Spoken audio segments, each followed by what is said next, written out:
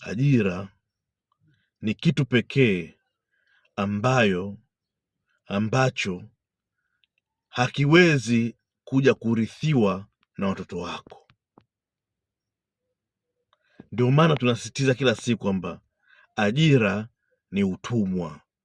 Ajira tafutia nini? Tafutia mtaji, lakini usitegemee kwamba ajira ndiyo itakayokupa uwezo wa kuweza kusaidia na kurithisha watoto wako. Hapana.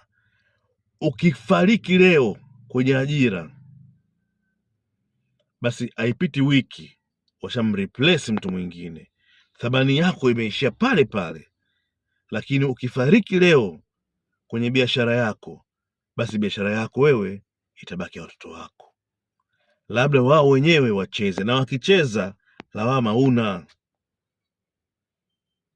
Ivan the Don, shana wengine ni follow kama moja, ni follow.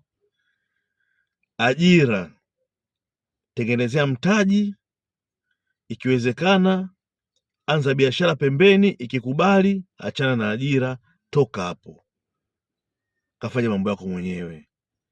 Tengeneza kitu ambacho watoto wako watakirithi, wasitembee na bahasha kwenye korodi za posta kutafuta kazi, kipindi ambacho wewe Mwenyezi Mungu ameshakutwaa. Bye bye, nakupenda sana, asante, bye.